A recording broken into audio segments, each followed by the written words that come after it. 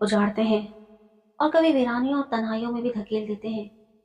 میری زندگی جن بربادیوں کی نظر ہوئی ہے وہ سب خود میری نادانیوں کے سبب ہے۔ کوئی اور قصوروار ہوتا تو اس کا دامن پکڑتی اور خود کو اس کرب سے نکال لیتی۔ میں خود کو قصوروار ٹھہراتی ہوں مگر سزا نہیں دے پاتی۔ میری تربیت میں کچھ کمی تھی یا پھر لاڈ پیار نے مجھے تباہ کیا، سمجھ نہیں پاتی۔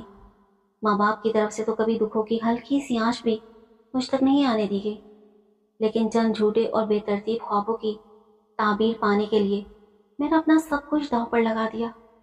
ماں نے سلطانہ نام رکھا اور قدرت نے شہزادیوں سا حسن دیا۔ عقل و ذہانت بھی ملی تھی مگر کام نہ آئی۔ نو عمری کے حسین اور خطرناک دور نے مجھے راہ سے بھٹکا دیا۔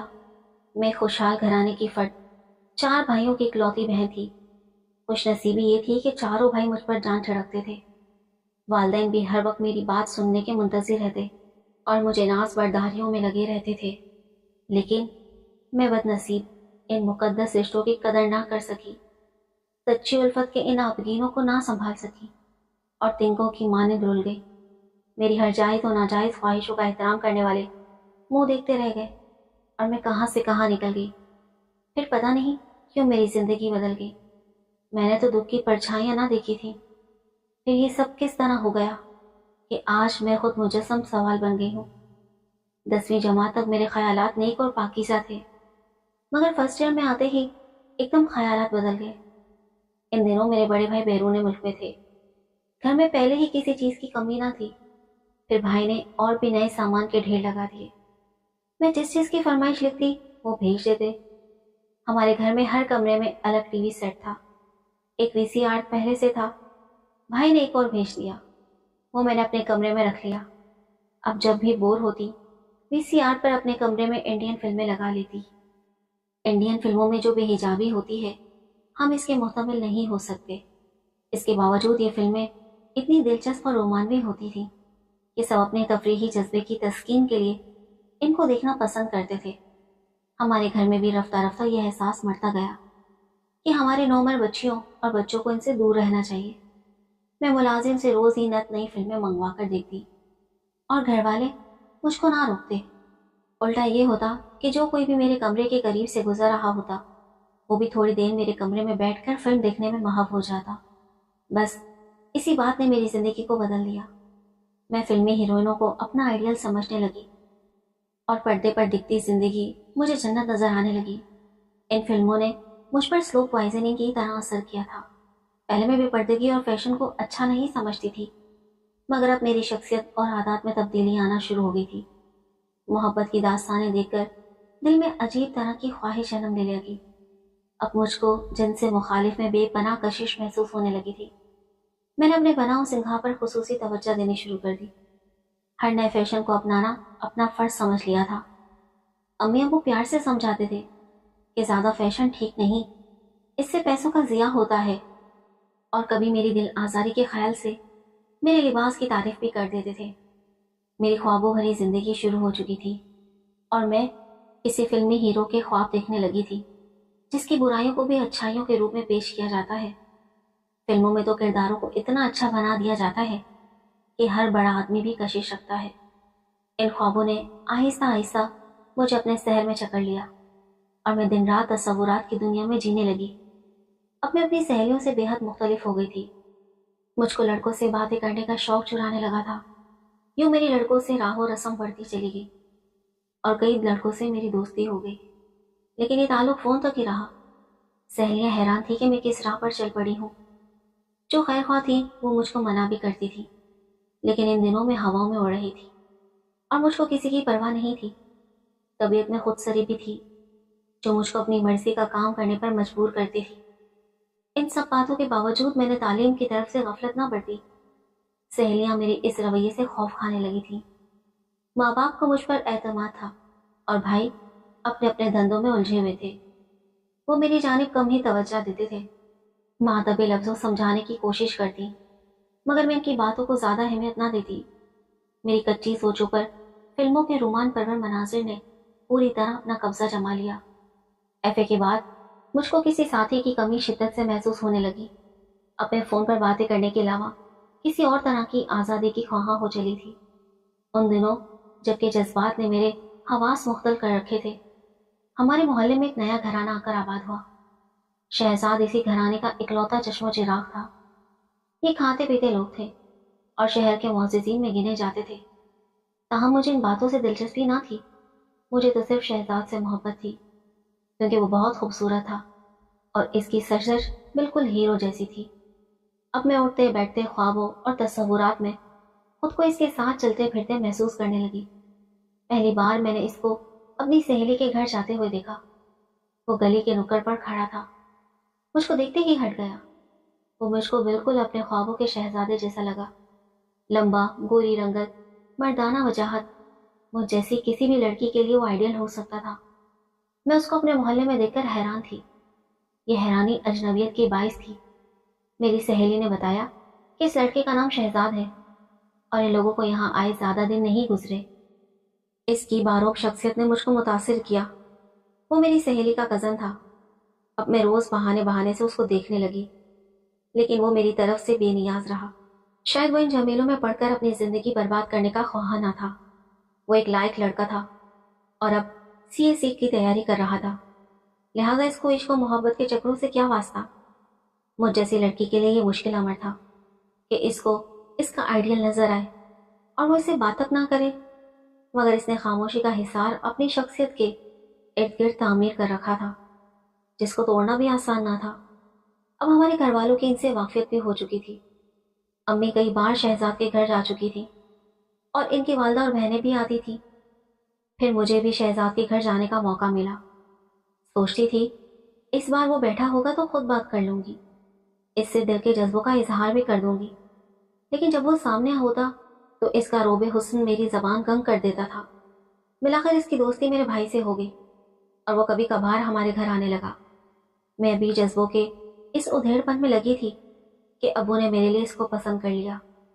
مجھ کو اس بات کا علم نہ تھا، نہ ہی کسی نے مجھ سے تذکرہ کیا، البتہ ان لوگوں کا ہمارے گھر زیادہ آنا جانا ہو گیا۔ اس کی بہنیں مجھ کو زیادہ اہمیت دینے اور پیار سے بلانے لگیں۔ تبھی میں کچھ نہ سمجھی کہ رشتے کی بات چل رہی ہے۔ ایک دن میری سہیلی سمین آئی۔ میں نے اس کو کہا میری مدد کرو، میں شہزاد پر مرمیٹی ہوں، مگر وہ مجھ سے بات تک نہیں کرتا۔ وہ ہنس پڑی اور بولی تم کس پر نہیں مرمٹتی؟ جو پہلے تمہارے بوائے فرینڈس تھے ان سے تو نمٹ لو، وہ تو صرف فون کی حد تک دل لگی اور وقت گزارنے کے لیے ہیں۔ پھر میں نے کہا مگر میں اب سنجیدہ ہوں۔ سمینہ نے جواب دیا آخر کیوں؟ وہ اس لیے کہ تم محبت کے معنی نہیں سمجھتی۔ تم فلمی عشق کرتی ہو اور زندگی فلم عشق کی طرح نہیں ہو سکتی۔ ان دنوں شہزاد بھی کہیں پڑھنے جاتا تھا اور میں بھی کالج کے لیے نکلتی تھی۔ ہم عموماً ایک ہی وقت میں گھر سے نکلتے تھے۔ وہ روز ہی میری جمع کی ہوئی ہمت کی دھجیاں بکھیرتا ہوا پاس سے گزر جاتا تھا۔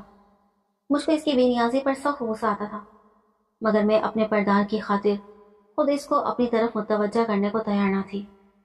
پھر اچانک ہی مجھ کو وہ خوشی مل گئی جو شاید ہی اس دنیا میں کسی خوش نصیب لڑکی کو ملی ہوگی۔ شہزاد کے والدین باقاعدہ میرا رشتہ مانگنے آ گئے۔ یہ میرے والد صاحب کی کوششوں کا ثمر تھا۔ خیر، منگنی کے بعد میرا بہت دل چاہتا تھا کہ شہزاد مجھ سے بات کرے، لیکن وہ بات نہیں کرتا تھا۔ دل کی ویرانی سے تنگ آ کر میں نے اس کی کزن دردانہ کا سہارا لیا، جو اب میری دوست بن چکی تھی، اور اس کی منگنی شہزاد کے تایازات سے ہو چکی تھی۔ دردانہ نے خدا جانے اس کو کیا کہا اور کیسے راضی کیا۔ بہرحال شہزاد کے گھر سے پہلے دردانہ نے مجھے فون کیا، پھر اسی بار اسی کو پکڑا دیا۔ میں نے بہت خوشی بھری لہجے میں پوچھا آپ کیسے ہیں، کیا آپ کو میری یاد آتی ہے؟ لیکن جواب میں وہ چپ سادے رہا، جیسے گھبرا گیا ہو۔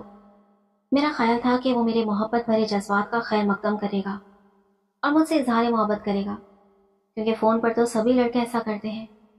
مگر میری ساری باتیں اور سوچیں اس وقت ہوا میں بھر گئی جب اس نے شادی سے پہلے اظہار محبت کی بجائے محبت کے نقصانات پر ایک لمبا لیکچر دینا شروع کر دیا۔ شہزاد سے بات کرنے کے بعد مجھے معلوم ہوا جیسے اس کا دل ٹوٹا ہوا ہے۔ یقیناً اس کے ساتھ کسی نے بے وفائی کی ہوگی۔ اس کی باتوں میں احتیاط کا جو رنگ تھا وہ کسی سے ٹھوکر کھانے کے بعد آتا ہے۔ اس نے یقیناً جذبوں کے اس گھورک دھندے میں بہت کچھ کھویا ہے۔ پھر میں نے اس بات کی تحقیق شروع کر دی اور اس کے لیے شہزاد کی ایک اور کزن سے دوستی کر لی جو کچھ میرے مزاج سے مطابقت رکھتی تھی۔ اور اکثر ان کے گھر آتی رہتی تھی۔ میں نے اپنے دلی خدشات سے اس کو آگاہ کیا تو اس نے وعدہ کیا کہ وہ مجھ کو اس کے بارے میں سب کچھ بتا دے گی۔ مہوش نے کچھ دنوں بعد مجھ کو بتایا کہ تم ٹھیک سوچتی ہو، واقعی شہزاد کو ماضی میں کسی سے محبت تھی اور اب وہ اسی ناکام محبت کی وجہ سے تھکا تھکا اور بیزار نظر آتا ہے۔ اس نے مجھ کو ایک بہت دلچسپ اور فرضی کہانی بھی سنا دی، جس کے بعد میرا دل اپنے اس خوابوں کے شہزادے سے کھٹا ہو گیا اور میں اپنی پہلی والی سرگرمیوں میں مشغول ہو گئی۔ میں اپنے فون والے دوستوں سے گپ شپ کرتی۔ انہی میں سے ایک نواز تھا جس کو میری اور شہزاد کی منگنی کا کسی طرح علم ہو گیا تھا۔ وہ کہتا تھا تم شہزاد سے شادی مت کرنا، تم اس سے شادی کر کے غلطی کرو گی، بہتر ہے کہ ہم یوں ہی دوستی والی زندگی گزاریں۔ نواز اکثر مجھ سے کہتا تھا کہ تم مجھ سے ایک بار کہیں باہر ملو، مگر میں ہر بار انکار کر دیتی تھی کیونکہ میں باہر ملنے سے ڈرتی تھی۔ میرے 4 جوان بھائی تھے، اگر کوئی مجھے کسی کے ساتھ گھومتے پھرتے دیکھ لیتا تو یقیناً قتل کر دیتا۔ فون پر باتیں کرنے سے تو میں خود کو اس لیے محفوظ سمجھتی تھی کہ گھر پر ہوتی تھی اور گھر والے سمجھتے تھے کہ میں اپنی سہیلیوں سے باتیں کر رہی ہوں۔ نواز نے مجھ کو بہت مجبور کیا۔ ان دنوں میری شادی کی تاریخ رکھی جا چکی تھی۔ اس نے کہا اگر ایک بار مل لو تو کیا مذائقہ ہے، میں قسم کھاتا ہوں کہ اس کے بعد تمہیں ملنے پر مجبور نہ کروں گا، ورنہ عمر بھر میرے دل میں تم سے ملنے اور تمہیں دیکھنے کی آرزو رہ جائے گی۔ اس نے مجھ کو یہ دھمکی بھی دی کہ اگر تم مجھ سے نہ ملی تو میں تمہاری گفتگو کا ٹیپ تمہارے شہزاد صاحب کو دے دوں گا۔ اس دھمکی سے میں ڈر گئی اور اس کو کہہ دیا کہ آج شام میں خالہ کے گھر جانے کے بہانے فلاں شاپنگ سینٹر میں آ جاؤں گی، تم وہیں مجھ کو دیکھ لینا۔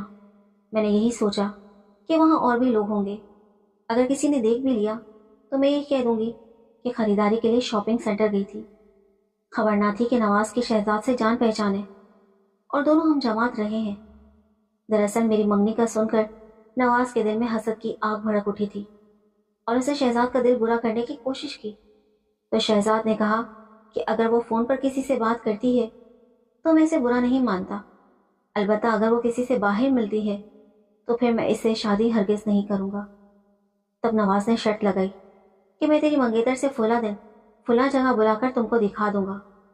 فون پر میں نے نواز کو بتایا کہ میں سبز رنگ کے کپڑے پہنے ہوں گی اور میرے ہاتھ میں ایک سبز رنگ کا ربن ہوگا۔ یہی بات اس نے شہزاد کو کہی۔ یوں وہ بھی شاپنگ سینٹر آ گیا اور ایک کونے میں کھڑا ہو گیا تھا ہمارا تماشا دیکھنے کے لیے۔ نواز میری طرف آیا، اس نے مجھ کو ایک چھوٹا سا گفٹ دے کر کہا تمہارا شکریہ، اب میں تمہیں پھر کبھی ملاقات کی تکلیف نہ دوں گا اور نہ ہی فون پر بات کرنے کے لیے مجبور کروں گا کیونکہ تم کسی کی امانت ہو۔ وہ مجھ سے مختصر سی بات کر کے چلا گیا۔ مجھ کو کیا خبر کہ میری بے عقلی نے کیا قیامت ڈھا دی ہے۔ شہزاد اور میرے درمیان جو دیوار حائل ہوئی وہ میرے اپنے کرتوتوں کی تعمیر کرتا تھی۔ اگرچہ اب میرا ان لڑکوں کے ساتھ تعلق نہیں تھا مگر پھر بھی مجھ کو سزا مل ہی گئی، حالانکہ میں نے سوچ لیا تھا کہ میں شہزاد کی امانت میں خیانت نہیں کروں گی اور اس کے سوا کسی سے محبت نہیں کروں گی۔ اس کے بعد ہماری منگنی ٹوٹ گئی۔ شہزاد ملک چھوڑ کر اعلیٰ تعلیم کے لیے چلا گیا اور ہمیشہ کے لیے پردیسی ہو گیا، مگر اس کے بعد میری کسی سے نہ بن سکی کیونکہ دل میں کسی ایک کے لیے سچی الفت گھر بناتی ہے اور وہ شہزاد تھا، باقی کھوٹے رشتے اور کھوٹے سکے تھے۔ اس کے بعد میں نے شادی کی مگر یہ بندھن عارضی ثابت ہوا اور پھر میری دنیا بدل گئی۔